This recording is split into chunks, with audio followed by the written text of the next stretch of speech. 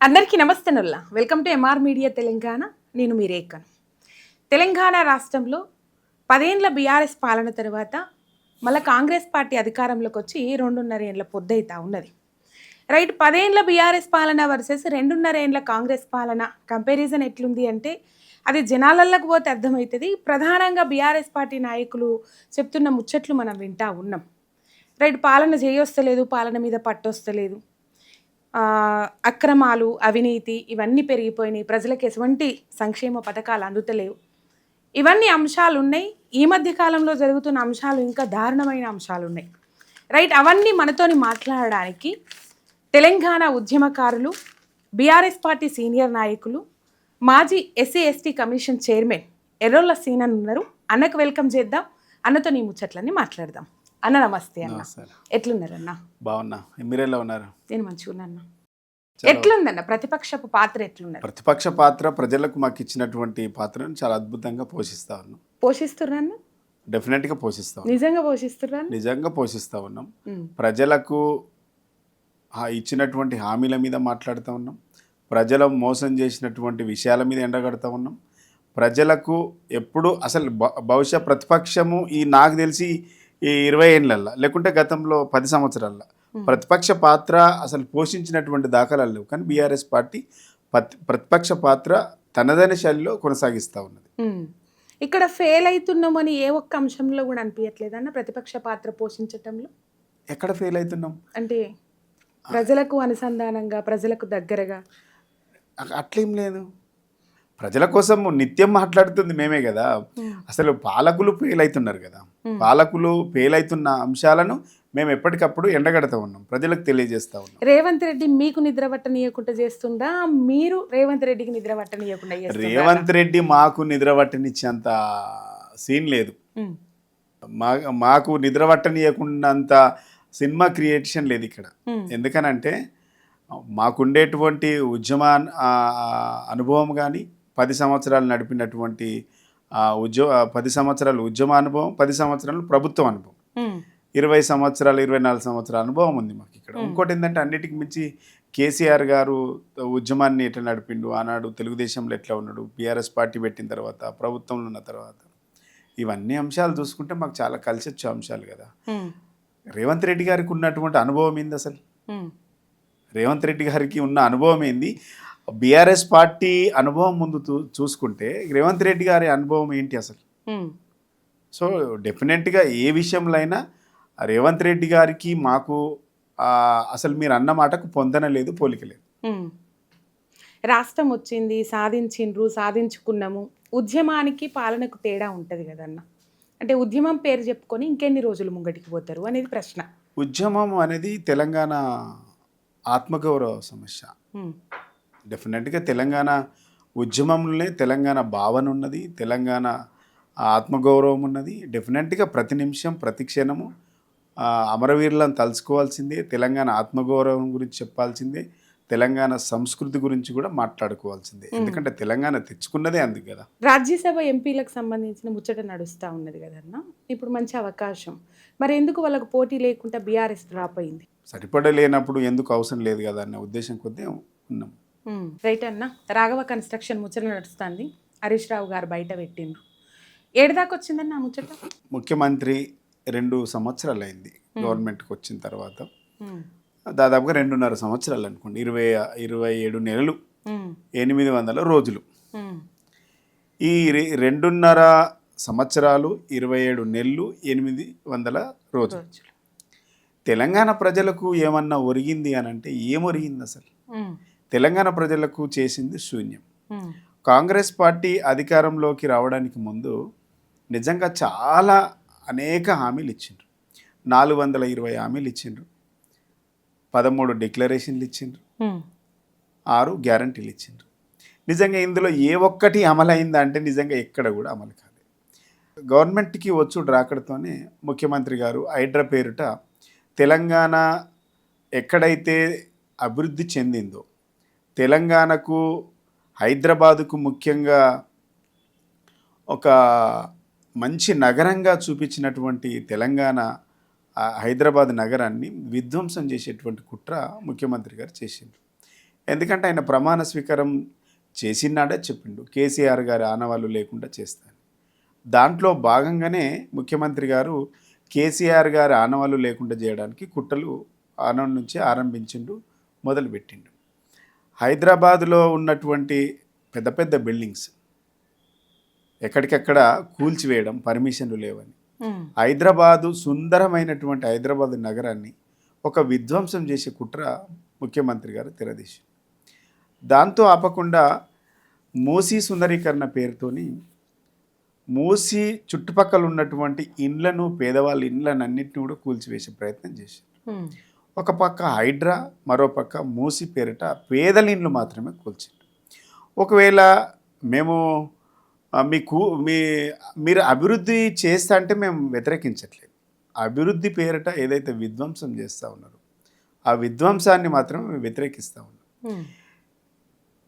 వీళ్ళు కాంగ్రెస్ పార్టీ వాళ్ళు చెప్పేది ఏంటంటే ఎఫ్టీఎల్ఏ ఉన్నాయి, లేకుంటే ఎఫ్టీఎల్లో ఉన్నాయి కాబట్టి మేము వాటిని అది చేస్తూ ఉన్నాము, కూల్చివేస్తూ ఉన్నాము, నిబంధనలకు విరుద్ధంగా ఉన్నాయి వాటిని మాత్రమే కూల్స్తూ ఉన్నామని చెప్పిండు. ఈ రోజుకు రేవంత్ రెడ్డి గారి క్యాబినెట్లో ఉన్నటువంటి మంత్రి పొంగులేటి ఇల్లు, ఫామ్ హౌస్ ఎఫ్టీఎల్నే ఉంది, పూర్తిగా ఎఫ్టీఎల్లో. అదేవిధంగా వివేక్ వెంకటస్వామి గారి ఇల్లు ఉంది, మహేందర్ రెడ్డి గారి ఫామ్ హౌస్ ఉంది. ఇవన్నీ కనబడతలేవు. అక్కడ నీకు హిమాయత్ సాగర్లో చుట్టుపక్కల ఉన్నటువంటి పెద్ద పెద్ద ఫంక్షన్ హాల్స్ కూడా ఉన్నాయి, కన్వెన్షన్స్ ఉన్నాయి. వాటి జోలికి వెళ్లకుండా కేవలం పేదల ఇండ్లు ఎక్కడెక్కడైతే ఉన్నాయో వాటిని అన్నిటిని కూడా విధ్వంసం చేస్తాం. ఆ విధ్వంసాలతోని పేరు మీద హైదరాబాదు కేసీఆర్ గారు కట్టినటువంటి నిర్మాణం ఏదైతే ఉందో హైదరాబాద్ని నిర్మాణం, దాన్ని పూర్తిగా విధ్వంసం చేసే కుట్ర చేసిండు. అట్లా చెప్పుకుంటూ పోతే కేసీఆర్ గారి ఇచ్చినటువంటి న్యూట్రిషన్ కిట్ బంద్ చేసిండు, కేసీఆర్ కిట్ బంద్ చేసిండు. విద్యార్థులకు బ్రేక్ఫాస్ట్, సీఎం బ్రేక్ఫాస్ట్ ప్రోగ్రాం ఉండే దాన్ని బంద్ పెట్టిండు, దళిత బంధు బంద్ పెట్టిండు, బీసీ బంద్ పెట్టిండు. ఇట్లా చెప్పుకుంటూ పోతే అనేక కార్యక్రమాలను కేవలం కేసీఆర్ గారి మీద ఉన్నటువంటి గర్జితో, కోపంతో ఇలా చాలా పథకాలు ప్రజలకు అందకుండా చేసింది. మేము అధికారంలోకి వస్తే కేసీఆర్ 2000 ఇస్తుండు పింఛన్, మేము 4000 పింఛన్ ఇస్తాం, అవా మీరు 4000 పింఛన్ వచ్చే నెల 9వ తారీఖు నుంచే 4000 రూపాయలు ఇస్తామని చెప్పిండు. 800 రోజులు అయింది, ఒక్క రూపాయన్న పెంచిండా? కేసీఆర్ కళ్యాణ లక్ష్మి ఇస్తే ఆడబిడ్డలకు పెళ్ళిళ్ళ కోసం, తెలంగాణలో ఉన్నటువంటి ఆడబిడ్డల పెళ్ళిళ్ళు చేయడానికి ఒకప్పుడు ఎన్ని ఇబ్బందులు అయినాయో, ఎన్ని ఆర్థిక సమస్యలు ఎదురైనాయో మనందరికీ తెలుసు. ఒకప్పుడు వరంగల్, ఖమ్మం లాంటి జిల్లా ప్రాంతాలలో, ఆసిఫాబాద్, ఆదిలాబాద్ లాంటి జిల్లా ప్రాంతాల్లో, ఏజెన్సీ ప్రాంతాల్లో లంబాడి బిడ్డల పెళ్ళిళ్ళు చేయడానికి ఎంత అవస్థలు పడ్డారో కేసీఆర్ గారి దగ్గరికి వెళ్ళి చూసి, ఆడబిడ్డ పెళ్లి చేయడానికి కుటుంబం ఎంత బరువెక్కుతుందో, ఒక తండ్రి ఎంత ఇబ్బందులు పడతాడో, ఎంత కుటుంబం ఇబ్బంది పడతాడో అని తెలుసుకొని ఆడబిడ్డల పెళ్ళిళ్ళు చేయడానికి ప్రభుత్వమే ఖర్చుగా ఒక కానుకగా 1,00,000 రూపాయలు ఇవ్వాలి అంటే 1,01,10 ఇవ్వాలని కేసీఆర్ గారు డిసైడ్ చేశారు. అది ఒక సామాజిక స్పృహ. దానివల్ల ఏమైందంటే పెళ్ళిళ్ళకు ఆసరతో పాటు, ఒక కుటుంబాన్ని ఆసరగా ఉండడంతో పాటు ఏమైందంటే బాల్య వివాహాలన్నీ కూడా తగ్గిపోయినాయి.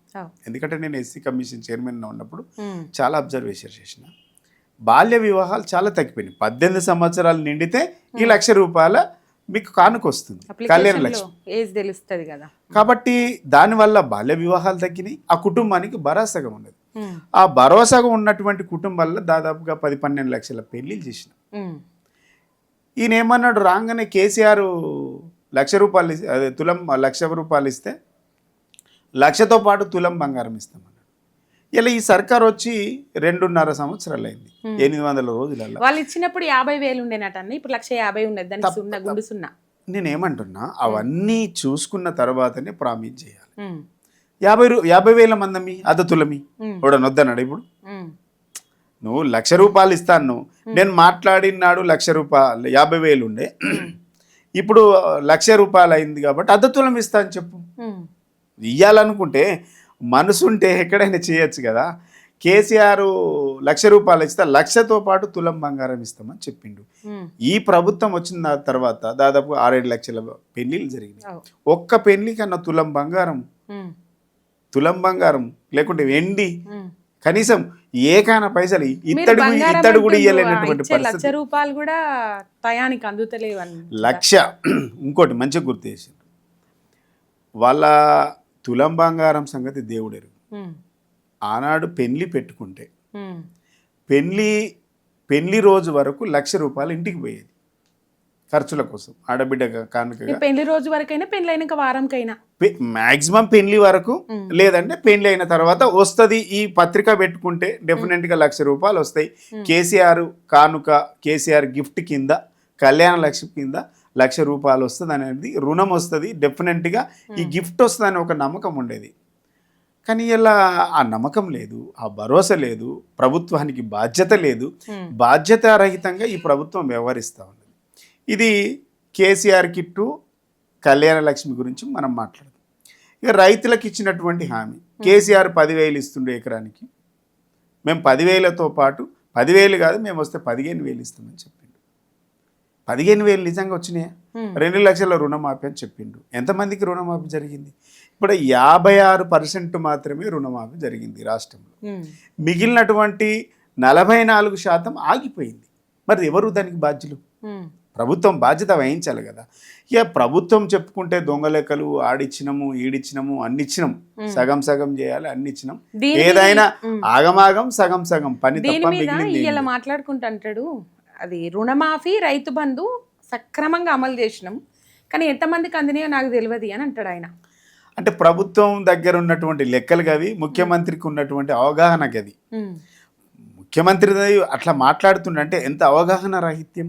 ఎంతమందికి అందినాయో తెలియదు నీకు, ఎంతమందికి ఇచ్చినామో లెక్క తెలియదు నీకు. ఇక మీరు ముఖ్యమంత్రిగా మేము బాధపడాలా, నెత్తి తలకాయ గొడకేసి కొట్టుకోవాలో అర్థం కాదు. అంటే మీరు ఇవన్నీ చేస్తలేరు అని అంటుండ్రు కదా అన్న, చేస్తానికి పైసలు లేవంట ఆయన దగ్గర. ఇప్పుడు పైసలు లేవు అనేసి ఒక పక్క చెప్తా ఉన్నాడు. తెలంగాణ దగ్గర ఖజానా లేదు, నేను కూడా విన్నా. తెలంగాణలో ఖజానా లేదు, పంచడానికి భూమి లేదు, ఏదైనా ప్రాజెక్టు కట్టడానికి డబ్బు లేదు, ఖజానా ఖాళీ అయిపోయింది. నన్ను కోసుక తిన్నా, నన్ను వండుక తిన్నా, నన్ను కొడితే కొట్టురి, చంపురి, ఢిల్లీకి పోతే నన్ను దొంగ లెక్క చూస్తాను. నిజంగా ప్రభుత్వంలో ఉండి ఒక ముఖ్యమంత్రి బాధ్యత రహితంగా మాట్లాడడం అంటే ఇంతకంటే దుర్మార్గం ఏముండదు. ఒక ముఖ్యమంత్రి ప్రజలకు భరోసా ఇవ్వాలి కదా, ప్రజలకు ఒక నమ్మకాన్ని ఇవ్వాలి. దాన్ని వదిలేసి ప్రజలు నన్ను ఢిల్లీకి పోతే వాడు అప్పించేటోడు నమ్మతలేడు, మమ్మల్ని చెప్పులెత్తుకపోయినట్టు చూస్తుండ్రు, దొంగల్లాగా చూస్తుండ్రు అని చెప్పుకుంటూనే, ముఖ్యమంత్రి గారు చెప్పుకుంటూనే పంచడానికి భూమి లేదంటావు, నీ అనుయాయులకేమో అక్రమంగా భూములు కట్టగడతావు, అంటగడతారు మీరు. ఎక్కడెక్కడైతే మీకు దోస్తులు ఉన్నారో, మీ ఫ్రెండ్స్ ఉన్నారో, రియల్ ఎస్టేట్ నీ బ్రోకర్స్ ఉన్నారో, వాళ్ళందరికీ కూడా నీ ముఖ్యమంత్రి, మంత్రి అనుయాయులకు అక్రమంగా ప్రభుత్వ భూములను అంటగడతా ఉన్నారు, రాసిస్తూ ఉన్నారు. మైన్స్ పేరు మీద, లీజ్ పేరు మీద. ఎక్కడిది సొమ్మంతా? పేదల వరకు వచ్చేసరికేమో భూమి లేదని చెప్తుండ్రు, పథకాలకు పైసలు లేవని చెప్తుండ్రు. మొన్న మాట్లాడుకుంటూ కాంగ్రెస్ కార్యవర్గం మీటింగ్లో ఏం మాట్లాడతాడు? సోనియా గాంధీ కుటుంబానికి మనిషి తలా చేస్తే 1,000 కోట్ల రూపాయలు జమ చేసి పెద్ద లెక్క కాదంట. అంటే మీరు జమ చేయడానికి, పైసా వసూలు చేయడానికి, కలెక్షన్లు చేయడానికి, ఢిల్లీకి పంపడానికి, ఢిల్లీకి మూటలు పంపడానికి మీకు 1,000 కోట్లు మీరు అరేంజ్ చేయగలిగే శక్తి ఉన్నదంటున్నారు. మరి పేదలకు వచ్చేసరికి రైతు బంధు ఇవ్వడానికి డబ్బు లేదు, దళిత బంధు ఇవ్వడానికి డబ్బు లేదు, మీరు పెన్షన్ ఇవ్వడానికి డబ్బు లేదు, కేసీఆర్ కిట్ ఇవ్వడానికి డబ్బు లేదు, న్యూట్రిషన్ కిట్ ఇవ్వడానికి డబ్బు లేదు. మరి మిగిలిన ఇప్పుడు వీటికి ఇవ్వడానికేమో డబ్బు లేదంటుండ్రు. మరి గాంధీ కుటుంబానికి ఇవ్వడానికేమో డబ్బు 1,000 కోట్ల రూపాయలు ఎడమ చేతితో సదరొచ్చు అని చెప్తుండ్రు. అంటే ఈ ప్రభుత్వం అధికారంలోకి వచ్చినాక నాకు తెలిసి 4 స్టేట్లలో ఎన్నికలు జరిగింది. 4 స్టేట్లకు ఈ తెలంగాణ ప్రభుత్వ సొమ్మే ఇలా వాళ్ళకు పంపి ఎలక్షన్ జరుపుతూ ఉన్నారు. రేపో మాపో కేరళలో ఎలక్షన్ జరగబోతున్నది. కేరళ ఎలక్షన్ కూడా తెలంగాణ సొమ్మే ఇలా అక్కడ పంపేటువంటి కుట్రలు జరుగుతూ ఉన్నాయి. అంటే తెలంగాణ ఆస్తినంతా ఇలా ఢిల్లీకి పంపేటువంటి ప్రయత్నం కాంగ్రెస్ పార్టీ చేస్తుంది. ఇక్కడ డబ్బంతా తీసుకుపోయి ఢిల్లీ పెద్దలకు మిగిలిన రాష్ట్రాలకు మీరు అడ్డగోలుగా కానుకలు ఇచ్చుకుంటూ పోతుంటే, మూటాలు అప్పచెప్పుకుంటూ పోతుంటే, నజరానాలు ఇచ్చుకుంటూ పోతే తెలంగాణ అప్పుల పాలు కాకపోతే ఏమవుతుంది? తెలంగాణను అప్పుల పాలు చేస్తుంది కాంగ్రెస్ పార్టీ. ఈ మూటలు పంపుతున్నారనేది మీరు మాట్లాడుతున్న మాట, కానీ మమ్మల్ని మూటలు కాదు కదా, కనీసము రాష్ట్రం గడిచే సిచ్యువేషన్ ఉంచలేరు బీఆర్ఎస్ వాళ్ళు, అప్పులు చేసిపోయిండ్రు అంటారు. అప్పులు ఏ ఏ ఏ ప్రభుత్వం అధికారంలో ఉన్న అప్పులు అనేది కామన్. అప్పు జరగకుండా, అప్పు లేకుండా అభివృద్ధి జరగదు. ఒక ఇల్లు కట్టాలన్నా అప్పు చేయాల్సిందే, లేదంటే ఒక వెహికల్ కొనాలన్నా అప్పు చేయాల్సిందే. జనరల్గా మన ఒక కుటుంబం యొక్క పర్సెప్షన్ చెప్తాం. అదేవిధంగా ఇంత పెద్ద రాష్ట్రాన్ని నడపాలన్నప్పుడు 65 సంవత్సరాల్లో తెలంగాణకు అన్యాయం జరిగింది కాబట్టి వాటి నుంచి మనం బయటకు రావడానికి అనేక విధాలుగా అభివృద్ధి చెందడానికి మనం అనేక ప్రయత్నాలు చేసినాం. మీరున్నప్పుడు కూడా అప్పు ఉంది కదా. మీరు ఇచ్చిపోయినటువంటి కాంగ్రెసు ఈ రాష్ట్రాన్ని వదిలి వెళ్ళేటప్పుడు, మీ ప్రభుత్వాన్ని నుంచి వెళ్ళిపోయే ముందు, మీ పాలన నుంచి మాకు పాలన అప్పచెప్పే వరకు ఈ రాష్ట్రానికి అప్పు ఉంది కదా. మేము మీలాగానే అప్పు చేసిపోయిన అసమర్థ మాటలు మాట్లాడలేదు కదా. అప్పు అనేది రాష్ట్రానికి సహజంగా ఉంటుంది. వాటిని అధిగమించి చేయాల్సినటువంటి బాధ్యత ముఖ్యమంత్రి పైన, ప్రభుత్వం పైన ఉంటుంది. వాటి పక్కన పెట్టి ఇది అసమర్థులు మాట్లాడేటువంటి మాటలు. అసమర్థులు కాబట్టే అప్పు అయింది, అప్పు కట్టలేకపోతున్నా, అప్పు తేలేకపోతున్నా అని చెప్తారు. డెఫినెట్గా ఆ రోజు అప్పు ఉన్నది. కళ్ళ ముంగట కేసీఆర్ సంపాదించినటువంటి సంపద కనబడతా ఉన్నది. ఇలా కేసీఆర్ అప్పు చూస్తూ ఉన్నారు. కేసీఆర్ సృష్టించినటువంటి సంపద కూడా ఉన్నది, అది గుర్తుపెట్టుకోండి. 65 సంవత్సరాలలో 10 లక్షల కోట్లు ఖర్చు పెడితే సమాఖ్య రాష్ట్రంలో ఈ తెలంగాణ ప్రజలకు 65 సంవత్సరాలలో 10 లక్షల కోట్లు ఖర్చు చేస్తే తెలంగాణ ప్రాంతానికి 9.5 సంవత్సరాలలో 52 లక్షల కోట్ల సంపద ఇక్కడ మేము ఖర్చు పెట్టడం జరిగింది. ఇలా తెలంగాణలో ఉన్నటువంటి ప్రతి బిల్డింగ్ ఒక సంపద కదా. ఇలా హైదరాబాదు ఒకప్పుడు ఉన్నటువంటి హైదరాబాదుకు ఈ రోజుకు ఉన్నటువంటి హైదరాబాదుకు ఎంత తేడా ఉంది. చాలామంది సెలబ్రిటీలు, చాలామంది పొలిటీషియన్స్, చాలామంది హీరోస్ వచ్చి తెలంగాణను పొగిడిపోయినటువంటి సందర్భం కూడా కనబడుతుంది. ఒక్కసారి మనం గచ్చిబౌలి నుంచి అటు నానక్రామ్గూడ ఒకసారి నైట్ మనం వెళ్ళగలిగితే ఇది హైదరాబాద్లో ఉన్నామా, సింగపూర్లో ఉన్నామా అని చాలామంది మనకు అప్రిషియేషన్ ఇచ్చిండ్రు కదా. రజనీకాంత్ లాంటి వాళ్ళు వచ్చి కూడా హైదరాబాద్లో ఉన్నామా, సింగపూర్లో ఉన్నామా తెలియడంలో హైదరాబాద్ అంత గొప్పగా అభివృద్ధి చెందిందని. ఇలా మోడీతో పాటు చాలామంది బీజేపీ నాయకులు, కాంగ్రెస్ పార్టీ వాళ్ళు చాలామంది అప్రిషియేషన్ చేసింది. అది కాంగ్రెస్ పార్టీకి ఎందుకు కనబడట్లేదు? 60 ఏళ్ల కింద జరగనటువంటి అభివృద్ధిని కేసీఆర్ గారు 10 సంవత్సరాల చేసి చూపించగలిగిండు. ఒక మాటలో చెప్పాలంటే అసాధ్యమైనటువంటి తెలంగాణను సుసాధ్యం చేసి చూపించిండు. అసలు తెలంగాణ అభివృద్ధి చెందుతుందా లేదా అనేటువంటి మాట నుంచి తెలంగాణ గిట్లా అభివృద్ధి చెందుతుందని భారతదేశ ముఖ చిత్రంలో ఒక తెలంగాణను ఒక మోడల్గా చూపించగలిగినటువంటి నేత కేసీఆర్ గారు. ఇలా మీరు వాటిని ఉన్న సంపదను కాపాడలేక, ఉన్న పెట్టుబడులను కాపాడుకోలేక, ఉన్నటువంటి మీరు ఆస్తులను కాపాడుకోలేక కేసీఆర్ని ఎట్లన్నా చేసి కేసీఆర్ యొక్క ఆనవాళ్ళు లేకుండా చేయడానికి మీరు రకరకాల కుట్రలు చేసి, కుతంత్రాలు చేసి మాకు అప్పులు ఇవ్వట్లేదని, అప్పులు చేసిపోయిందని. మేము అప్పులు చేసినా సంపద సృష్టించగలిగిన 52 లక్షల కోట్ల ఇక్కడ ఖర్చు పెట్టగలిగిన. మరి మీరేం చేసిండ్రు? ఇంకొక మాట చెప్తా, మిత్తిల గురించి చెప్తా. 9.5 సంవత్సరాలలో మేము చేసినటువంటి అప్పు 3,25,000 కోట్ల అప్పు. మీరు ఎందుకంటే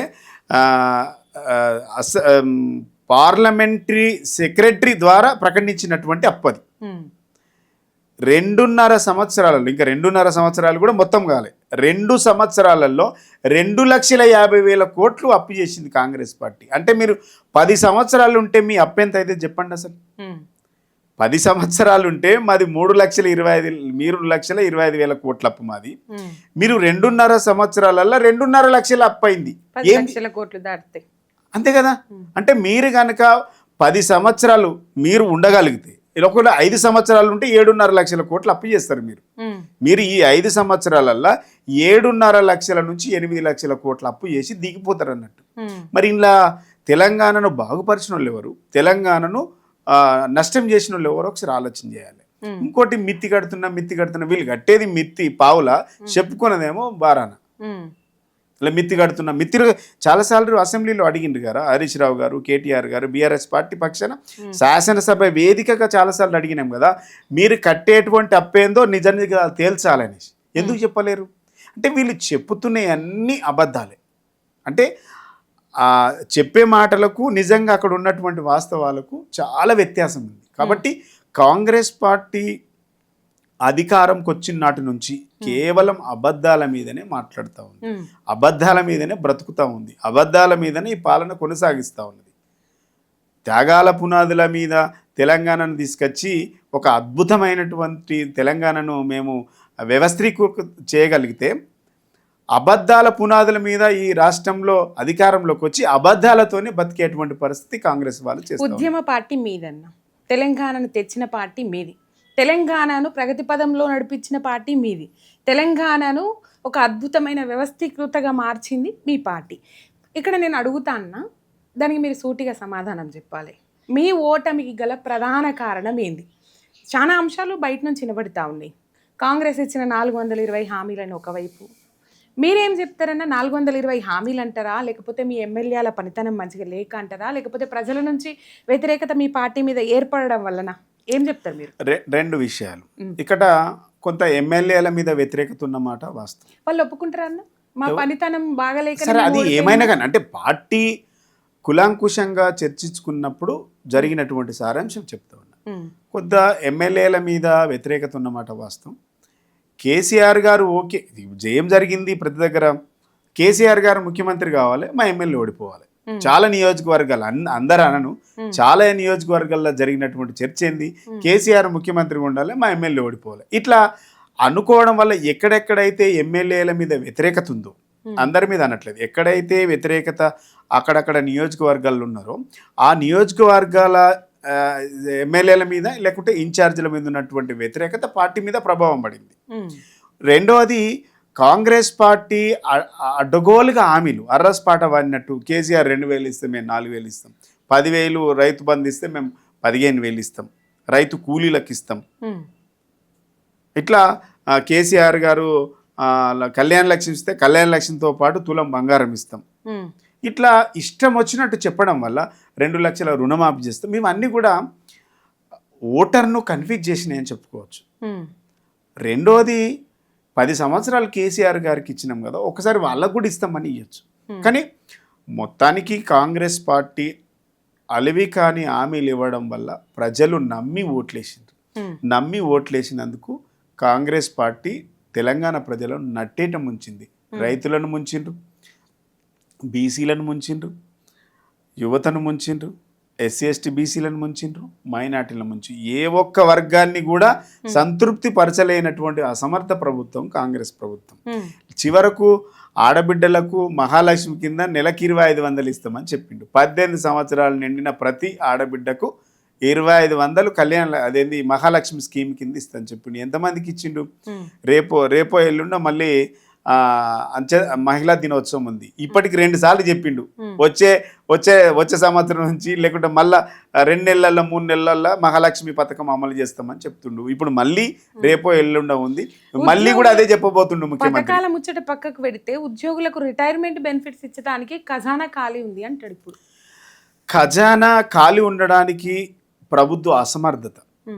ఎప్పుడైతే హైదరాబాదును ఒక విధ్వంసం కింద కూల్చివేతలు మొదలైనయో, ఎప్పుడైతే కేసీఆర్ గారు కట్టడాలను కూల్చివేయాలనేటువంటి ఒక దుర్మార్గపు ఆలోచన ప్రభుత్వానికి వచ్చిందో, ఎప్పుడైతే కాళేశ్వరంతో లక్షల ఎకరాలు పండించినటువంటి పంట సాగు పచ్చని పొలాల మీద మీ కన్నుబడి కాళేశ్వరము కూలేశ్వరంగా మార్చడానికి మీరు ఎప్పుడైతే కుట్రలు చేసిండ్రో, ఆనాడే తెలంగాణ ప్రభుత్వం కాంగ్రెస్ ప్రభుత్వం పతనం మొదలైంది.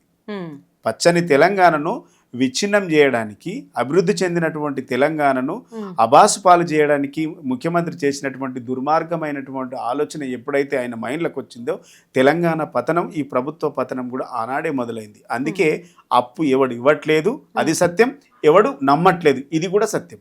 అందుకనే ఈ ప్రభుత్వం ఏమి చేయాలనో అర్థక చెప్పిందే చెప్పుడు, చెప్పిన మాటే మళ్ళీ చెప్పు, చెప్పిందే చెప్పు, అది చెప్పిన అబద్ధమే మళ్ళీ మళ్ళీ చెప్పుకుంటూ ఇది 2.5 సంవత్సరాలు ఈ ప్రభుత్వాన్ని నడిపిస్తూ ఉన్నారు. రాఘవ కన్స్ట్రక్షన్ ముచ్చట కాడికెళ్ళి పొంగిలేటి శ్రీనివాసరెడ్డికి సంబంధించి అక్రమ మైనింగ్ రాజేంద్ర నగర్ మానస హిల్స్ అది ఏడు దాకా వచ్చిందండి. దానికి సంబంధించిన ఆధారాలు కానీ అవన్నీ సబ్మిట్ చేసిరా? అంటే దాని మీద మీరు ఇంకా ముంగడి పోదలుచుకున్నారా? ఒకటి మంచి క్వశ్చన్. ఒకటి ఏంటంటే కాంగ్రెస్ ప్రభుత్వం అధికారంకి వచ్చిన తర్వాత పేదల ఇండ్లు కూల్చడానికి 100 కారణాలు చెప్తా ఉన్నారు.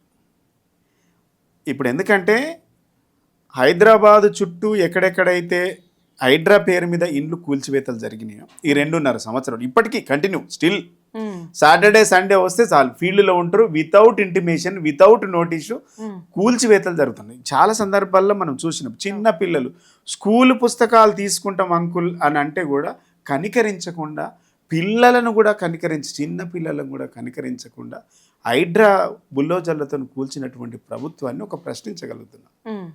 మహిళలు బుల్లోజర్కి అడ్డం పోయి నన్ను చంపి నా ఇల్లును కూల్చు అటువంటి సంఘటనలు కూడా చూసినాం. నిన్నగాక మొన్న ఖమ్మం జిల్లాలో కూడా పేదల ఇండ్లు నేలమట్టం చేసినటువంటి సందర్భం కూడా చూసినాం. ఎందుకు? ఇవన్నీ వాళ్ళ ఇళ్ళల్లో ఉంటుండ్రు, వాళ్ళు అక్కడ జీవనం కొనసాగిస్తూ ఉన్నారు. వాళ్ళు ఏండ్ల తరబడి వాళ్ళకు కరెంటు బిల్లు ఉంది, వాటర్ బిల్లు ఉంది, ఎంఆర్ఓ నుంచి సర్టిఫికెట్ ఉంది, ఆల్ క్లియరెన్స్ సర్టిఫికెట్స్ ఉన్నాయి. అయినా మీకు ఏ సంబంధం లేదు, మీరు ఖాళీ చేయాల్సిందే అనేసి రుబాబుగా రాత్రికి నిర్ద్వందంగా పేదవాళ్ళ ఇళ్ళన్నీ కూలుస్తూ ఉన్నారు. వాళ్ళకన్ని పర్మిషన్లని కండిషన్స్ పెడతారు. ఖమ్మం భూములు మీరు కూడా ఆక్రమించాలని చూసిన ముచ్చట ఇప్పుడు బయటకు వస్తుంది కదా. మేము ఆక్రమించాలని చూడలే, పేదలకు ఇండ్లు కట్టాలని మాత్రం చూసినాం, డబల్ బెడ్రూమ్లు కట్టాలని చూసినాం. ఇలా వాళ్లకు అభివృద్ధి మీద లేదు ప్రేమ, భూముల మీద, విలువైనటువంటి భూముల మీద వాళ్ళ ప్రేమ కనబడుతూ ఉన్నది. ఎక్కడైతే విలువైనటువంటి భూములు ఉన్నాయో ఆ భూములను కొల్లగొట్టాలి, అనుయాయులకు అంటగట్టాలి, దాంట్లో కమిషన్ కొల్లగొట్టాలి. ఇది కాంగ్రెస్ పార్టీ నిర్వచనం. వీళ్లకు అనేక కండిషన్స్ పెడుతున్నటువంటి ఈ ప్రభుత్వ పెద్దలకు ఇలా రాఘవ కన్స్ట్రక్షన్స్కి వచ్చేసరికి మొన్న అల్లుడేమో నియోపోలిస్ దగ్గర 17 ఎకరాల మైనింగ్ని అసలు అప్పనంగా టెండర్ లేకుండా కట్టబెట్టేటువంటి ప్రయత్నం చేసిండు. దాని పక్కనే ఉన్నటువంటి శారదా పీఠాన్ని కూడా కూల్చివేసి అల్లుని కంటగట్టేటువంటి ప్రయత్నం చేసింది. ఉటావొటిన మా నాయకుడు హరీష్ రావు గారు వెళ్ళి దాన్ని ఆపడం వల్ల అంతటితో ఆగిపోయింది. అంటే పేదల ఇండ్లు కూల్చివేసిండ్రు, గుంజుకున్నారు. ఎక్కడెక్కడైతే రైతులకు కావాల్సినటువంటి భూములు ఉన్నాయో నిర్ద్వందంగా వాళ్ళను కొట్టి జైల్లో పెట్టి కేసులు పెట్టి అక్రమంగా నిర్బంధించి వాళ్ళకు అన్యాయంగా సంతకాలు పెట్టించి వాళ్ళ భూములు గుంజుకున్నారు. చివరకు దేవుళ్ళ భూములు కూడా గుంజుకోవడానికి ప్రభుత్వం నిస్సిగ్గుగా నిర్లజ్జగా ప్రభుత్వ దేవాదాయాల శాఖల భూములను కూడా శారదా పీఠానికి సంబంధించినటువంటి 2 ఎకరాల గత ప్రభుత్వం ఇచ్చినటువంటి భూమును కూడా గుంజుకోవడానికి వెనకాడకుండా ప్రయత్నం చేసింది. ఇన్ని కండిషన్లు పెడుతున్నటువంటి ఈ ప్రభుత్వం పేదల ఇంట్లోకి వచ్చేసరికేమో హైడ్రా పేరిట మీకు ఈ నోటీస్ లేదు, లేకుంటే ఈ సర్టిఫికేట్ లేదని చెప్తున్నటువంటి ఈ ప్రభుత్వం ఏ నోటీసు లేకుండా మానస హిల్స్లో రింగ్ రోడ్డుకు 700 నుంచి 800 మీటర్ల దూరంలో ఉంటుంది. ఏ పర్మిషన్స్ లేవు. గమ్మత్ ఏంటంటే నిన్న నేను విజిట్కి వెళ్ళాను, ఏ పర్మిషన్ లేకుండా అక్రమంగా 111 జీవోలో ఉన్నటువంటి ల్యాండ్ ఎస్సీ ల్యాండ్స్ 111 జీవోలో ఉన్నటువంటి ఎస్సీ ల్యాండ్స్ను ఏ నిబంధనలకు విరుద్ధంగా ఎలాంటి పర్మిషన్స్ లేకుండా క్రషర్స్ మైనింగ్ పెట్టి అక్రమంగా మైనింగ్ తవ్వుకొని ప్రజల సంపద, ప్రభుత్వ సంపద, సహజ సంపద, ప్రకృతి సంపదను కొల్లగొట్టి అక్రమంగా అమ్ముకొని డబ్బులు సంపాదించేటువంటి కుట్ర ఈ ప్రభుత్వంలో ఉన్నటువంటి మంత్రి గారు చేస్తూ ఉన్నారు రాఘవ కన్స్ట్రక్షన్ పేరు మీద. మేము అడుగుతా ఉన్నాం, ఈ ప్రభుత్వానికి చిత్తశుద్ధి ఉంటే పేదవాడికేమో ఒక న్యాయం, పెద్దోళ్ళకేమో ఒక న్యాయం. అంటే మీ కండిషన్ ఏంది? పేదవాడైనందుకు వానికేమో పనిష్మెంట్. మీరు మంత్రిగా ఉన్నందుకు మీకు ఎలాంటి పనిష్మెంట్ లేదు. మీకు సాదాసీదా హైవే మీద పోయినట్టు మీకు అధికారులే మీకు రెడ్ కార్పెట్ వేసి తవ్వుకొప్పమని మీకు సహకరిస్తున్నటువంటి సందర్భం కనబడుతున్నది. దాంట్లో ఏ ఒక్క దానికి కూడా పర్మిషన్ లేదు.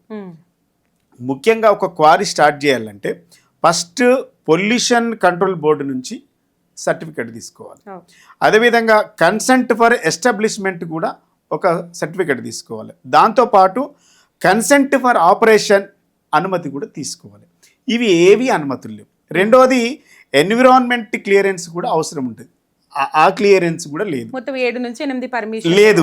మైనింగ్ క్వారీయింగ్ లీజ్ అనుమతి కూడా లేదు. అదేవిధంగా మైన్స్ అండ్ జియాలజీ విభాగం అనుమతి కూడా లేదు.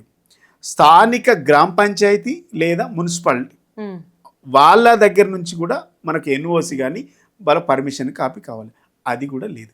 ఇవన్నీ అనుమతులు లేకుండా ఈ ప్రభుత్వం అక్రమంగా తవ్వుకపోతూ ఉన్నదనంటే ప్రభుత్వంలో ఉన్నటువంటి అధికారులు ఎంత వాళ్ళకు సహకరిస్తుంటారని అర్థం కావాలి. ఇట్లా 7-8 రకాల పర్మిషన్స్ ప్రభుత్వం నుంచి తీసుకోవాల్సినటువంటి అవసరం ఉంటుంది. అవి ఏ అనుమతులు తీసుకోలేవు. ముఖ్యంగా land conversion HMDA clearance certificate కూడా తీసుకోవాలి, దాన్ని కూడా తీసుకోలేదు. ఇంకోటి ఏంటంటే ఎక్స్ప్లోజివ్ లైసెన్స్ తీసుకోవాలి. అంటే మనము వాళ్ళు పేల్చినప్పుడు సౌండ్స్ వస్తాయి, వాటికి సంబంధించినటువంటి కూడా ఒక క్లియరెన్స్ సర్టిఫికేట్ తీసుకోలేదు, దాన్ని కూడా తీసుకోలేదు. గ్రౌండ్ వాటర్ వినియోగానికి సంబంధించినటువంటి అనుమతులు తీసుకోలేదు, దాన్ని కూడా తీసుకోలేదు. ముఖ్యంగా చివరగా రెవెన్యూ అనుమతులు కూడా తీసుకోవాలి. ఆయన రెవెన్యూ శాఖ మంత్రి కదా, వాటి అనుమతులు కూడా లేవు. గమ్మత్ ఏంటంటే ఇట్లా మనం ఇక్కడ గమనించాల్సినటువంటి అంశం ఏంటంటే విద్యుత్ శాఖ మంత్రి ఎలక్ట్రిసిటీ సర్టిఫికెట్ కూడా కావాలి, దానిది కూడా పర్మిషన్ లేదు. విద్యుత్ శాఖ మంత్రి ఏమో బట్టి విక్రమార్క ఉంటాడు, ఆయనకు సంబంధం లేదు. ఇప్పటి వరకు ఆయన డిపార్ట్మెంట్ నుంచి క్లియర్ లేదు, అయినా అక్కడ పనులు జరుగుతున్నాయి. రెండవది పర్యావరణ మంత్రి శాఖ కొండ సురేఖ గారు ఉన్నారు, వాటికి సంబంధించినటువంటి క్లియరెన్స్ లేదు, ఆమెకు సంబంధం లేదు. అసలు ఆమె దగ్గర నుంచి క్లియరించినటువంటి ఎక్కడ కూడా ఆధారం లేవు, అయినా పని స్టార్ట్ అయింది. రెండోది గనుల శాఖ మంత్రి వివేక్ గారు ఉంటారు, గనుల శాఖ నుంచి కూడా ఇప్పటి వరకు ఎలాంటి క్లియరెన్స్ కానీ అనుమతి లేదు, అయినా పని నడుస్తూ ఉన్నది. ముఖ్యంగా మున్సిపల్ శాఖ మంత్రి ముఖ్యమంత్రి దగ్గర ఉంటుంది, మున్సిపల్ శాఖకు సంబంధించినటువంటి పర్మిషన్ కూడా లేదు. గిన్ని అనుమతులు లేకుండా ఈ ప్రభుత్వము యథేచ్ఛగా, అంటే నిర్లజ్జగా, నిస్సిగ్గుగా, భయం లేకుండా వేల కోట్ల విలువ చేసేటువంటి మీరు క్వారీ మైనింగ్ తవ్వుకొని పోతా ఉన్నారు. ఎస్సీల ల్యాండ్స్ 111 జీవోలో కట్టడాలు కట్టద్దు అని పర్మిషన్లు ఇవ్వద్దని ఒక పక్కన చెప్తారు. ఇలా మీరు అంటే ఏ నిబంధనల ప్రకారం ఇలా తీసుకెళ్తా ఉన్నారు? క్రషర్ తవ్వుకెళ్తా ఉన్నారు. కోట్ల రూపాయల విలువ చేసేటువంటి ఖనిజ సంపద, ప్రజా సంపద, సహజ సంపద, ప్రకృతి సంపదను మీరు తవ్వుకపోతూ ఉంటే ముఖ్యమంత్రి అడగరు, గనుల శాఖ మంత్రి అడగరు, రెవెన్యూ శాఖ మంత్రి తవ్వుకపోతూ ఉంటే ఎవ్వరు అడగకపోతుందంటే ఈ ప్రభుత్వం ఎంత బరి తెగించి ఇంత అక్రమాలకు ఒడిగడుతున్నది మనం ఒకసారి అర్థం చేసుకోవాలి. అంటే అప్పుడు ఒక మాట మాట్లాడిండు కదా రేవంత్ రెడ్డి ప్రతిపక్షంలో ఉన్నప్పుడు, ఇది జాతి మనకి ఇచ్చిన సంపద, తాతల సంపద, తాతలు ఇచ్చిన ఆస్తి, గవర్నమెంట్ ఆస్తి. అంటే 60 ఏళ్ళు కాంగ్రెస్ వాళ్ళు ఉన్నారు కదన్న, వాళ్ళ తాతలు ఇచ్చింది ఆయన తవ్వుకుంటుండే. ముఖ్యం ఆనాడు రేవంత్ రెడ్డి గారు ప్రతిపక్షంలో ఉండి పిసిసి అధ్యక్షుడిగా ఒక మాట మాట్లాడు, ఇదంతా ప్రజా సంపద, పెద్దలు ఇచ్చిన సంపద, భూములు మనం ఎక్కడికక్కడ పంచుకుంటూ పోతే భావి తరాలకు, భవిష్యత్ తరాలకు శ్మశానాలు నిర్మించుకోవడానికి కూడా భూమి ఉండదు, కాబట్టి ఇది ఇవ్వకూడదని చెప్పిండు. మరి ఎవడబ్బ సొమ్మని ఇవాళ ఇస్తా ఉన్నారు మీరు మీ ఇష్టం వచ్చినట్టు? ఇలా శ్మశానాలకు కూడా నిర్మించడానికి జాగా దొరకదని చెప్పినటువంటి ముఖ్యమంత్రి గారు మంత్రులకు మేము ప్రశ్నిస్తా ఉన్నాం, ఇలా ఎవరి సంపద ఇదంతా? ఇలా 111 జీవోలో ఉన్నటువంటి ఎస్సీ ల్యాండ్స్ను ఎస్సీలకు 1 రూపాయి కూడా చెందకుండా 111 జీవోలో ఉన్నటువంటి ఈ క్వారీస్ని అంతా కూడా మీరు కొల్లగొట్టుకుపోయి అక్రమంగా సంపాదిస్తున్నారు అంటే ఎవడి పాపం ఇది? మీ కుంభకోణాలన్నీ బయటపడుతుంటే ఇప్పటి వరకు ఏ ఒక్కరు కూడా మాట్లాడలేకపోయింది, వాటి మీద వివరణ ఇచ్చుకోలేకపోయింది. ప్రభుత్వం స్పందించదా? ఇంత పెద్ద స్కామ్ జరిగితే, ఇంత పెద్ద స్కామ్ ఒక ప్రతిపక్ష పార్టీగా మేము బయట పెడితే కనీసం మాట్లాడదా, కనీసం స్పందించదా? అంటే మా ఇష్టం వచ్చినట్టు మేము చేసుకుంటాం. ఈ 2.5 సంవత్సరాలలో 800 రోజులలో ఈ తెలంగాణ ప్రజలకు ఇచ్చిన హామీలు, ప్రజలకు ఇచ్చినటువంటి డిక్లరేషన్లు, 420 హామీల గురించి ఏ రోజు వాళ్ళు మాట్లాడలేదు. వాళ్ళకి రావాల్సినటువంటి కమిషన్లు, వాళ్ళకి రావాల్సినటువంటి కాంట్రాక్టులు, వాళ్ళకి రావాల్సినటువంటి కలెక్షన్ల మీద మాత్రమే దృష్టి ఉంది తప్ప ప్రజల కోసం ఏనాడు కూడా వాళ్ళు ఆలోచన చేయలేదు అనేది మళ్ళీ చాలా క్లియర్గా అర్థమవుతుంది. ఇంకోటి, మేము పోవడానికి ముందుకేమో అక్కడ రాఘవ కన్స్ట్రక్షన్ అని ఉంది. మేము వస్తున్నామని తెలిసిన తర్వాత రెడ్ పెన్నుతో రాసిన దానికి బ్లూ పెయింట్ వేసిండ్రు. అది క్లియర్గా కనబడుతుంది. నిన్న మీడియాలో చాలా మంది చూసిండ్రు. నల్ల కలర్ దొంగ దొరికిపోతాడు కదా. ఇలా మీరు రంగుతోని రంగేస్తే మీ రాఘవ కన్స్ట్రక్షన్ మార్చుతారేమో, కానీ అక్కడ విజువల్స్ కనబడతా ఉన్నాయి. మీరు చేసినటువంటి అక్రమ మైనింగ్ దంద కనబడతా ఉంది, అక్రమ అనుమతులు లేని మైనింగ్ లీజులు కనబడతా ఉన్నాయి, అక్కడ నీ టిప్పర్స్ కనబడతా ఉన్నాయి, అక్కడ మీరు చేసినటువంటి ప్రతి పాపం కళ్ళ ముంగట కనబడతా ఉంది కదా.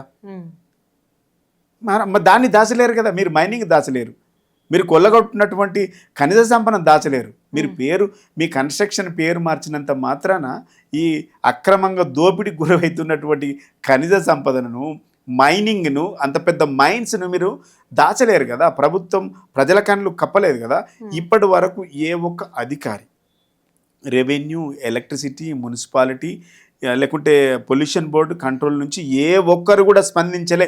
ఇప్పటి వరకు దానికి ఆధారాలు ఉన్నట్టు చూపలేకపోయిందంటే ఇది అసమర్థ ప్రభుత్వం, అవినీతి ప్రభుత్వం అనడానికి ఇంతకంటే పెద్ద ఆధారాలు ఏముంటాయి చెప్పండి. ఎస్సీల గురించి మాట్లాడుకుంటేనే ఎస్సీ సామాజిక వర్గానికి సంబంధించి ఎస్సీల అభ్యున్నతికి, లేకపోతే బడుగు బలహీన వర్గాల అభ్యున్నతికి, వాళ్ళ అభివృద్ధి కోసం బీఆర్ఎస్ పార్టీ ఏం చేసిందని ఒక మాజీ ఎస్సీ ఎస్టీ కమిషన్ చైర్మన్గా మీరు ఏం చెప్తారు? ఎస్సీలకు బీఆర్ఎస్ పార్టీ చాలా అంశాలు చేసింది.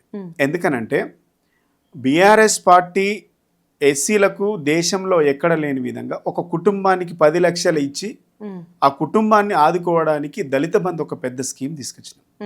ఆ స్కీమ్ వల్ల దేశంలో గర్వించదగే విధంగా ఒక ఉప్పనలాగా, ఒక పెద్ద ఉప్పనలాగా వచ్చేటువంటి సందర్భం అది.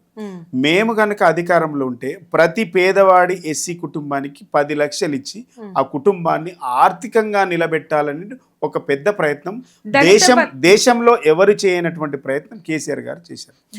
ఒక విషయం చెప్పండి, ఈ ప్రభుత్వము ఈ 60 ఏళ్ళ నుంచి కాంగ్రెస్ తెలుగుదేశం పార్టీ ఉంది. ఏనాడైనా 200 రూపాయల పెన్షన్కే పరిమితం చేసింది పేదవాళ్ళను తప్ప 200 రూపాయల పెన్షన్తోని నిజంగా ఒక సగటున పెన్షన్ తీసుకుంటున్నటువంటి మహిళ లేకుంటే పురుషుడు లేకుంటే ముసలి వాళ్ళు 200 రూపాయల పెన్షన్తోని నిజంగా ఏం తీసుకోగలుగుతారు, వాళ్ళకి ఏం అక్కడికి వస్తుందో చెప్పండి. అట్లాంటి 200 రూపాయల పెన్షన్ని కేసీఆర్ గారు ఎవరు అడగకముందు, ఎవరు డిమాండ్ రాకముందు 200 రూపాయల పింఛన్ని 1000 నుంచి 1000కి పెంచిండు, 1000 నుంచి 2000 పెంచిండు. మేము మళ్ళీ అధికారంలోకి వస్తే 3 నుంచి 4000 చేస్తామని చెప్పినాం. పేద బిడ్డకు పెళ్లి చేయడానికి ఎవరు అడగలే మాకు. 1,00,000 రూపాయలు కట్నం కింద ఇవ్వాలి. ఎందుకంటే పేదవాడి పెళ్లి చేయడానికి ఒక తండ్రిగా లేకుంటే ఒక కుటుంబానికి ఎంత బరువు ఉంటుంది, ఎంత బాధ్యత ఉంటుందో తెలిసి పేదవాడి కుటుంబానికి పెళ్లి చేయడానికి 1,00,000 రూపాయలు ఇస్తామని చెప్పినాం. ఇట్లనే ఇలాంటి స్కీమ్స్ కూడా మేము కేసీఆర్ గారు దళిత బంధుతో ఒక పెద్ద స్కీమ్ పెట్టి, ఆ దళిత బంధు బీఆర్ఎస్ పార్టీకి ప్లస్ అయిందా మైనస్ అయిందా ఏం చెప్తారన్న? మాకు కొన్ని ప్లస్ అయినాయి, కొన్ని మైనస్ అయినాయి. ఎందుకంటే దళిత బంధు మాకు పెద్ద మైనస్ ఏం కాలేదు, వీళ్ళు అనుకుంటున్నట్టు పెద్ద మైనస్ ఏం కాలేదు. కాకపోతే కొంతమందిని ప్రచారం చేసిండ్రు. ఈ విషయానికి వస్తే కాంగ్రెస్ మొత్తం ఈ 40 సంవత్సరాలలో లేకుంటే 2004 నుంచి 2014 వరకు ఎస్సీల మీద ఖర్చు పెట్టింది 2,000 కోట్లు. 2,000 కోట్లు. 2014 నుంచి 2023 వరకు 9.5 సంవత్సరాలలో 96 లక్షల కోట్ల రూపాయలు ఖర్చు పెట్టింది. ఎస్సీల కోసం కాంగ్రెస్ పార్టీ బీజేపీ పార్టీ చేసిందా, నిజంగా దళిత అభ్యున్నతి కోసం బీఆర్ఎస్ పార్టీని చేసిందా? మేము చాలాసార్లు చర్చ పెట్టమని అడిగినాం. మీ 10 సంవత్సరాలలో మీ కాంగ్రెస్ తెలుగుదేశం హయాంలో మీరు ఖర్చు పెట్టింది 2,000 కోట్ల నుంచి 3,000 కోట్లు, 2 పార్టీలు కలుపుకుంటే. మేము ఒక సింగిల్ పార్టీగా, సింగిల్ ప్రభుత్వంగా 10 సంవత్సరాల్లో 96 లక్షల కోట్ల రూపాయలు ఖర్చు పెట్టగలిగినాం. ఎట్లా ఖర్చు పెట్టినాం? దళితుల అభ్యున్నతి కోసం ఖర్చు పెట్టగలిగినాం. ఇలా మీరు ఏం చేసిండ్రు? ఇలా మా మీద అనడానికి ముందు ఏం చేసిండ్రు? ఇలా మీరు ఈ డబ్బును కూడా కొల్లగొట్టడానికి ఈ సప్లాన్ కింద ఉండేటువంటి నిధులను కూడా దారి మళ్లించి మీ అవసరాల కోసం వాడుకుంటున్న ప్రభుత్వం మీది. ఇలా మమ్మల్ని విమర్శించే నైతిక హక్కు కాంగ్రెస్ ప్రభుత్వానికి, కాంగ్రెస్ పార్టీకి ఉన్నదా? నేను ఒక్కటే అడుగుతాను, 2,000 కోట్లు ఖర్చు పెట్టినటువంటి కాంగ్రెస్ పార్టీ ఇక్కడ 10 సంవత్సరాలలో 96 లక్షల కోట్ల రూపాయలు ఖర్చు పెట్టినటువంటి ప్రభుత్వం ఎక్కడ? ఇది కదా మేము దళితుల కోసం చేసినటువంటి అభ్యున్నతి, చేసినటువంటి సంఘటనలు ఇవి కదా. కానీ ఒకరికి ఇచ్చి ఇంకొకరికి ఇవ్వపోయే వరకు అట్లా డెఫినెట్గా భారతదేశంలో అనాదిగా లేకుంటే అణిచివేతకు, అన్యాయాలకు గురైతున్నటువంటి సామాజిక వర్గం ఎస్సీ సామాజిక వర్గం. ఈరోజుకు అది సామాజిక రుగ్మతల దృష్టి కానివ్వండి, లేకుంటే అణిచివేతకు కానివ్వండి, అన్టచబిలిటీకి కానివ్వండి, ఈ రోజుకు ఈ దేశంలో అన్ని రకాలుగా వివక్షకు గురవుతున్నటువంటి వర్గం ఎస్సీ వర్గం. ఆ వివక్ష నుంచి బయటకు రావాలంటే కేసీఆర్ గారిని ఎవరు అడగలే, డిమాండ్ పెట్టలే 10 లక్షలు ఇవ్వమని. మేము 10 లక్షలు అవుతుందో లేదో సార్, 2 లక్షలు ఇవ్వాలని మేము ప్రపోజ్ పెట్టినాం.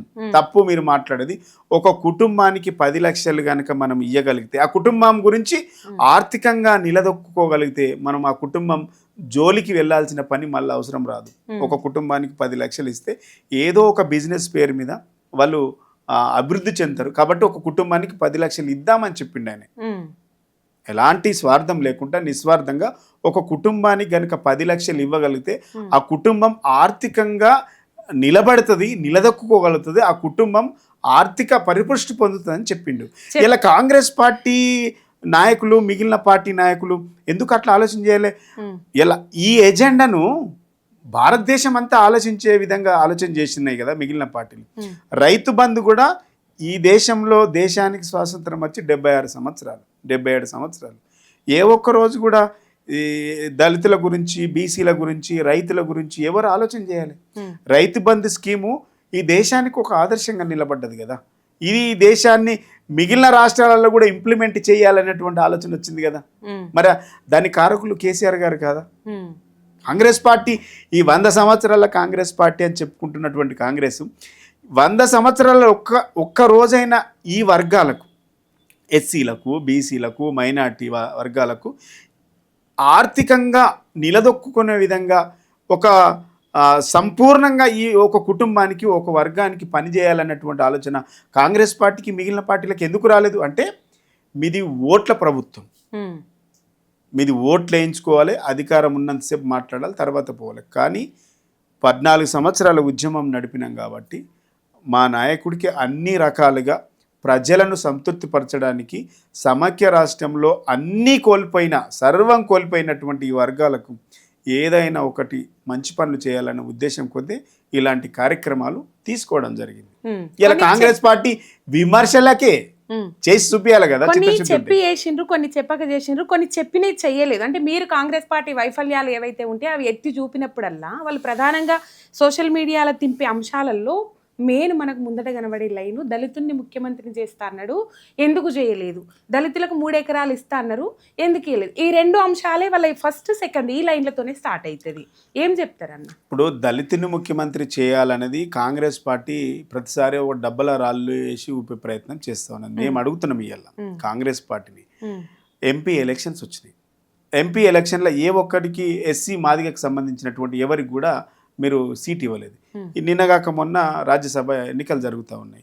ఇప్పటి వరకు కూడా ఎవరికి ఇవ్వలేకపోయినరు.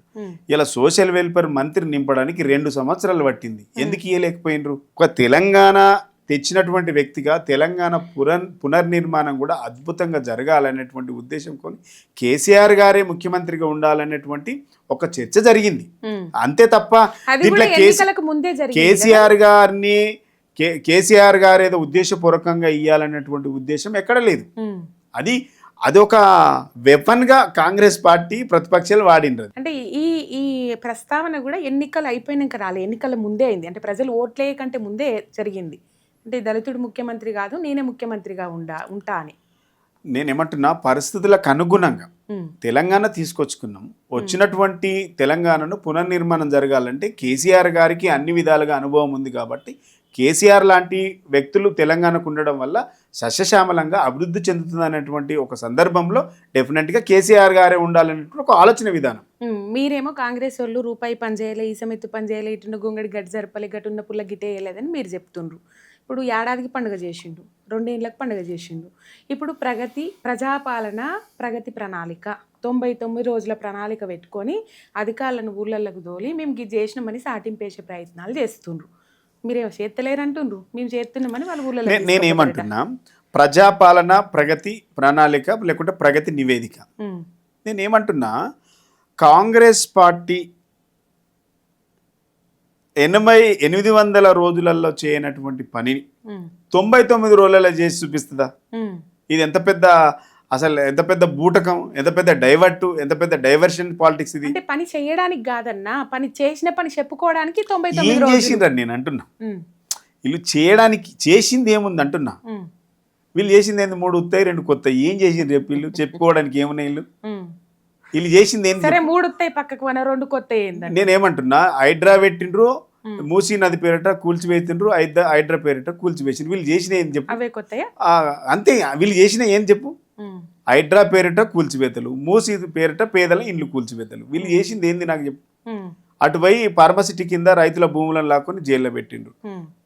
వీళ్ళు చేసింది ఏంది? లగచర్ల పేరు మీద ఎస్సీ ఎస్టీల ల్యాండ్స్ అన్ని గుంజుకొని వాళ్ళని జైల్లో పెట్టి వాళ్ళను నానా ఇబ్బందులు పెట్టి 3rd డిగ్రీ ప్రయోగించి వాళ్ళ భూములు లాక్కున్నారు. వీళ్ళు చేసింది ఏంది చెప్పు? ఒక్క మంచి పని చెప్పండి. 6 గ్యారంటీలల్లా ఒక్కటి అమలైంది, పక్కా అమలైందని చెప్పేద్దాము ఈ ప్రభుత్వానికి ఉందా? 6 గ్యారంటీలల్లా మేము ఇది పక్కాగా అమలు చేసినామని చెప్పే దమ్ము ఈ ప్రభుత్వానికి ఉందా? 2 లక్షల రుణం పక్కాగా అమలు చేసినామని చెప్పి ఈ ప్రభుత్వానికి ఉందా? 2 లక్షల ఉద్యోగాలు మేము పక్కాగా ఇవ్వగలిగినాం, టైం టు టైం టేబుల్ పెట్టినాం, టైం టేబుల్ ప్రకారం 2 లక్షల ఉద్యోగాలు ఇచ్చినామని చెప్పే దమ్ము ఈ ప్రభుత్వానికి ఉందా? 2000 పింఛన్ను 4000కు పెంచినాం అని చెప్పే దమ్ము ఈ ప్రభుత్వానికి ఉందా? 2500 మహిళలకు మహాలక్ష్మి కింద ఇస్తామని చెప్పినాం, ఇచ్చినామని చెప్పుకునే దమ్ము ఈ ప్రభుత్వానికి ఉందా? ఏముంది చెప్పండి ఈ ప్రభుత్వానికి? కేసీఆర్ కళ్యాణ లక్ష్మి ఇస్తే మేము కళ్యాణ లక్ష్మితో పాటు తులం బంగారం ఇస్తాం చెప్పినాం, ఇచ్చినామని చెప్పుకునే దమ్ము ఈ ప్రభుత్వానికి ఉందా? ఏముంది ఈ ప్రభుత్వానికి చెప్పుకోవడానికి? దమ్మేముంది? ఆ రోజు మాకుండే 24 గంటల కరెంటు చెప్పకముందే సంవత్సరం లోపల 24 గంటల కరెంటు రైతులకు ఇచ్చి ఇగో ఇచ్చినామని చెప్పుకునే దమ్ము ఈ రోజు ఉంది. 200 రూపాయల పెన్షన్ 2000కు పెంచినామని చెప్పుకునే దమ్ము మాకుండే. మిషన్ భగీరథ కింద మంచినీళ్లను ప్రతి ఇంటికి నల్ల నీళ్ళు ఇచ్చినామని చెప్పుకునే దమ్ము మాకుండే. కాలర్ ఎగిరేసుకొని చెప్పే దమ్ము మాకుండే. ఈ ప్రభుత్వానికి 6 గ్యారంటీలు, 13 డిక్లరేషన్లు, 420 హామీలలో ఈ ఒక్క హామీని పక్కాగా అమలు చేయగలిగినాం అని గల్లా ఎగిరేసుకొని చెప్పే దమ్ము, చెప్పుకునే దమ్ము ఈ ప్రభుత్వానికి ఉందా అని అడుగుతున్నా నేను. ఏది చెప్పమనండి? నేను చెప్పినట్టు మేము ఇంకా చాలా ఉన్నాయి, నేను 3 చెప్పిన. ఈ ప్రభుత్వానికి ఒక్క మంచి పని చేసినామని చెప్పుకునే దమ్ముందా? ఎక్కడండి? ఎక్కడ వేసిన గొంగడు అక్కడే. నీకు 800 రోజులలో చేయనటువంటి పనులను 99 రోజులలో చేస్తాడు అంటే అసలు ఇది నవ్వాలా ఏడవల్లా అర్థం కానటువంటి పరిస్థితి. ఇంకోటి, అధికారంలోకి వచ్చిన తర్వాత ఒకసారేమో మీరు గ్రామ సభల పేరు మీద అప్లికేషన్లు తీసుకున్నారు, ప్రజాపాలన పేరు మీద అప్లికేషన్లు తీసుకున్నారు. అందులో రేషన్ కార్డులు ఇస్తాము, డబుల్ బెడ్రూమ్లు ఇస్తాము, ఇందిరమ్మ ఇండ్లు ఇస్తాము, కరెంట్ ఇస్తాము, ఉచిత కరెంట్ ఇస్తాము, ఇవన్నిటి మీద దరఖాస్తులు తీసుకున్నారు. లక్షల దరఖాస్తులు రోడ్ల మీద కొట్టుకపోతే వాటి గురించి ఎవడు మాట్లాడలే. బాలనగర్ ఫ్లైఓవర్ కింద దొరికినాయి కదా. యువ వికాసం కింద యువతకు ఉద్యోగాలు ఇస్తామని చెప్పిండ్రు, యువకులకు లోన్లు ఇస్తామని చెప్పిండ్రు. యువ వికాసము అసలు వికసించక ముందే అంతరించిపోయింది. ఏడమైంది నీ యువ వికాసం స్కీమ్? లక్షల మందికి ఉపాధి కల్పిస్తామన్నారు కదా, ఏడమైందని అడుగుతా ఉన్నాం. ఇలా మళ్ళీ యువకులను మోసం చేయడానికి ఇలా స్కిల్ డెవలప్మెంట్ కేంద్రాలు, శిక్షణ కేంద్రాలు పెడతారంటే ఈ ప్రభుత్వాన్ని అడుగుతున్నా, మీరు పెట్టాల్సింది స్కిల్ డెవలప్మెంట్స్ కాదు, మీరు ఇవ్వాల్సిన 2 లక్షల ఉద్యోగాలు ఇస్తామని చెప్పిండ్రు. ఎప్పుడు ఇస్తారో చెప్పండి. మీరు పెట్టాల్సింది స్కిల్ డెవలప్. ఎవరి చెవుల పువ్వు పెడతా ఉన్నారు మీరు? 2 లక్షల ఉద్యోగాలు సంవత్సరం లోపల ఇస్తామని చెప్పిండ్రు. మీరు ఇవ్వాల్సింది ఈ 2 లక్షల ఉద్యోగాలు కదా, మీరు పెట్టాల్సింది మీరు స్కిల్ డెవలప్మెంట్ కేంద్రాలు ఎవరికి కావాలి అంటే తెలంగాణ యువత చెవిలో మళ్ళీ పూలు పెడతా ఉన్నారు. ఇంత మోసం ప్రభుత్వం. ఇది కేవలం ఒక డ్రామా. ఇది ఒక డ్రామా నడపడానికి ముఖ్యమంత్రి ఈ ప్రభుత్వంలో జరిగినటువంటి అవినీతి 16 డిపార్ట్మెంట్లలో అవినీతి జరిగింది. ఈ 16 డిపార్ట్మెంట్లలో జరిగినటువంటి అవినీతిని ప్రతిపక్షం ప్రతి నిమిషం మమ్మల్ని ప్రశ్నిస్తుంది కాబట్టి ప్రజల మైండ్ డైవర్ట్ చేయడానికి ఈ 99 రోజుల ప్రోగ్రాం తీసుకున్నాడు. నేనేమంటున్నా, 99 రోజులలో మీరు ఏం చేస్తారో దేవునికి ఎరుగు. ఏం లేదు, మళ్ళీ ప్రజాధనాన్ని వృధా చేసి రికార్డ్ డ్యాన్సులు వేసుకొని పాత రిపోర్ట్ని తీసుకొచ్చి గదే పాత రికార్డే ఇస్తారు. ఏం చేయరు. ఎందుకంటే మీరు 2 సార్లు ప్రజాపాలన పేరున, గ్రామ సభల పేరున మీరు అప్లికేషన్లు తీసుకున్నారు. డబుల్ బెడ్రూమ్లు ఇస్తా అన్నారు, ఇచ్చిండ్రా? ఈ 2.5 సంవత్సరాలలో ఒక్క పేదవాడికి ఇందిరమ్మ ఇల్లు వచ్చింది. ఇందిరమ్మ వచ్చిన ఇంట్లో గృహప్రవేశం జరిగింది, పాలు వంగిచ్చిన ఎక్కడన్నా చూపిస్తారా? 2 లక్షల ఉద్యోగాలు మేము పక్కాగా ఇయ్యగలిగినాం అని చెప్పే దమ్ము ఈ ప్రభుత్వానికి ఉందా? 60,000 ఉద్యోగాలు మేమిస్తే ఇచ్చిన 6,000 ఉద్యోగాలకు ప్రభుత్వం డబ్బా కొట్టుకుంటా ఉన్నది. మీరంటారు వాళ్ళు ఏం చేయలేదని. వాళ్ళేమో టీములు మందలు వేసుకొని మేము 6 గ్యారంటీలు ఇచ్చినాము, హామీ ఏదైతే ఇచ్చినామో అవన్నీ అయిపోయినాయి, ప్రజలకి ఇప్పుడు మళ్ళీ ఒకసారి సాటింపు ఎత్తామని వాళ్ళు పోతారు. ఏం చేయలేదని మీరు ఎట్లా అంటారు? 800 రోజులలో ఏం చేయని వాళ్ళు 99 రోజులలో ఏం చేస్తారన్నది లక్షల ప్రశ్నలు. వాటికి సమాధానం చెప్పాలి. ఎందుకనంటే 6 గ్యారంటీలు, 13 డిక్లరేషన్లు, 420 హామీల మీద ఏ ఒక్కటన్నా పూర్తి స్థాయిలో అమలు చేసిరా ఈ 2.5 సంవత్సరాలలో? చివరకు గురుకుల పాఠశాలల్లో విద్యార్థులకు కడుపు నిండా తిండి పెట్టలేని అసమర్థ ప్రభుత్వం కదా ఇది. ఏ ముఖం పెట్టుకొని పోతారు? రాజీవ్ యువ వికాసం కింద మేము ఉద్యోగాలు ఇస్తామని చెప్పిండ్రు, యువతకు లోన్లు ఇస్తామని చెప్పిండ్రు. ఏమైంది ఆ స్కీమ్ అని అడుగుతున్నాం. 2 లక్షల రుణం మాఫీ చేస్తామని చెప్పిండ్రు. ఏమైంది నీ 2 లక్షల రుణం మాఫీ అయిందా అని అడుగుతా ఉన్నాం. రేపు ప్రజలు వేస్తారు ఈ ప్రశ్నలు. నాకు తెలిసి ఎమ్మెల్యేలు పోతారా? ఎమ్మెల్యేలకు పోయే ముఖం ఉందా? గ్రామాలల్లో ఎమ్మెల్యేలు తిరుగుతారా? ఈ ప్రజాపాలన పేరు మీద పోలీసు పహారా నడిచింది ఇన్ని రోజులు. ఇప్పుడు నడుపుతుంది కూడా గదే. ఇది ప్రజాపాలన కాదు, ఇది పోలీస్ పాలన. ఇది ప్రజా ప్రగతి కాదు. అసలు ఇది ప్రణాళిక లేని పాలన. ఇది ఏం చేసిండ్రు? 2 లక్షల ఉద్యోగాలు ఇస్తా అన్నారు, ఇచ్చిండ్రా? ఇప్పటి వరకు ఒక్క ఉద్యోగం వేయలే. ఎప్పుడు ఇస్తామని అడిగినటువంటి నిరుద్యోగులకు అశోక్ నగర్లో వీపులు వలిగేలా లాఠీచార్జ్ చేసిండ్రు 2-3 సార్లు. అమ్మాయిలను కూడా చూడకుండా కర్కశంగా లాఠీచార్జ్ చేసి కేసులు పెట్టి జైల్లో పెట్టినటువంటి ప్రభుత్వం. రేపు ఇవన్నీ నిరుద్యోగులు, యువత, తెలంగాణలో ఉన్నటువంటి యువత పల్లెలలో నిలదీయదా? గ్రామ సభల పేరు మీద, ప్రజాపాలన పేరు మీద మీరు అనేక అప్లికేషన్లు తీసుకున్నారు కదా, లక్షల అప్లికేషన్లు. ఏమైనా అని అడగరా? రైతు బంధు ఎప్పుడు ఇస్తామని అడగరా? యూరియా బస్తాలు కూడా సరిగ్గా ఇవ్వలేనటువంటి ప్రభుత్వం ఊర్లలోకి ఎట్లా పోతుందండి అసలు? ఇప్పుడు ఇవన్నీ ఇక్కడ అమలు చేసినామనే కదా. ఇప్పుడు నేను అడిగిన వాటికి ఏ ఒక్కటని అమలైందా? యూరియా కుంభకోణం జరిగింది లైన్లలో. కేసీఆర్ గారు ఆనాడు చాలా అద్భుతంగా చెప్పి, మళ్ళీ కాంగ్రెస్ గవర్నమెంట్ వస్తే చెప్పుల లైన్లు వస్తాయి అని చెప్పిండు. వచ్చినాయా లేదా? కరెంటు సరిగా రాదని చెప్పిండు. వచ్చిందా లేదా? కరెంటు సరిగా వస్తుందా? ఇలా 24 గంటలు కరెంట్ ఇస్తాం, 12 గంటలు సరిగా వస్తలేదు. ఇవన్నీ ఇలా ఇందాక నేను ఎవరో మాట్లాడితే, మీరు వస్తున్నాంటే ఏదో మాట్లాడితే మళ్ళీ కరెంటు పరిస్థితి ఏమైందంటే మళ్ళీ రాత్రిపూట కరెంట్ వస్తుందంట. అంటే ఇవన్నీ ఉన్నాయి. ఇలా ప్రజాపాలన పేరు మీద ఊర్లలోకి వెళ్ళేటువంటి కాంగ్రెస్ పెద్దలు డెఫినెట్గా తెలంగాణ ప్రజలు తిరగబడతారు, అబాసుపాలవుతారు. ఆల్రెడీ ప్రజలను వద్దురా నాయన కాంగ్రెస్ పాలన అనే ప్రజల నినాదమే వచ్చింది కదా. 2.5 సంవత్సరాలలో ఈ ప్రపంచంలో అత్యధిక తక్కువ సమయంలో ఎక్కువ ప్రజలతో తిట్లు తిన్నటువంటి ప్రభుత్వం ముఖ్యమంత్రి ఈయననే. ఎవరు లేరు. ఇలా మళ్ళీ మేము గ్రామాలలో పోయి ప్రజాపాలన నిర్వహిస్తాం, మేము పారిశుద్ధ్యము ఎక్కడెక్కడ ఉందో వాటిని అన్నిటి మీద నిధులు ఇస్తాం, పారిశుద్ధ్యాన్ని చేస్తాము, ఇవన్నీ చెప్పుకోవడానికి సర్పంచులు గెలిచి ఇప్పటికీ 3 నెలలు అయింది. ఇప్పటి వరకు రూపాయి శాంక్షన్ లేదు. మీరు వచ్చి 2.5 సంవత్సరాలు అయింది. ఒక్క రోజైనా శానిటేషన్ కోసం, లైట్ల కోసం, బుగ్గల కోసం, డ్రైనేజ్ కోసం ఒక్క రూపాయి ఖర్చు పెట్టింది ఈ ప్రభుత్వం? ఏ ముఖం పెట్టుకొని పోతుంది ఊర్లల్లో? ఇవన్నీ ఉన్నాయి కదా. కనీసం ఆసుపత్రులలో కూడా కనీస అవసరాలు లేవు కదా. ఇలా మందులు లేవు, సూదులు లేవు, కనీసం ఏంది సూది పిన్ను కూడా లేదు, దూది లేదు, మందు లేదు, రెగ్యులర్గా వాడేటువంటి బీపీ గోళీలు కూడా లేవు అంటున్నా. ఏ ముఖం పెట్టుకొని పోతుంది ఈ ప్రభుత్వం గ్రామాలల్లో?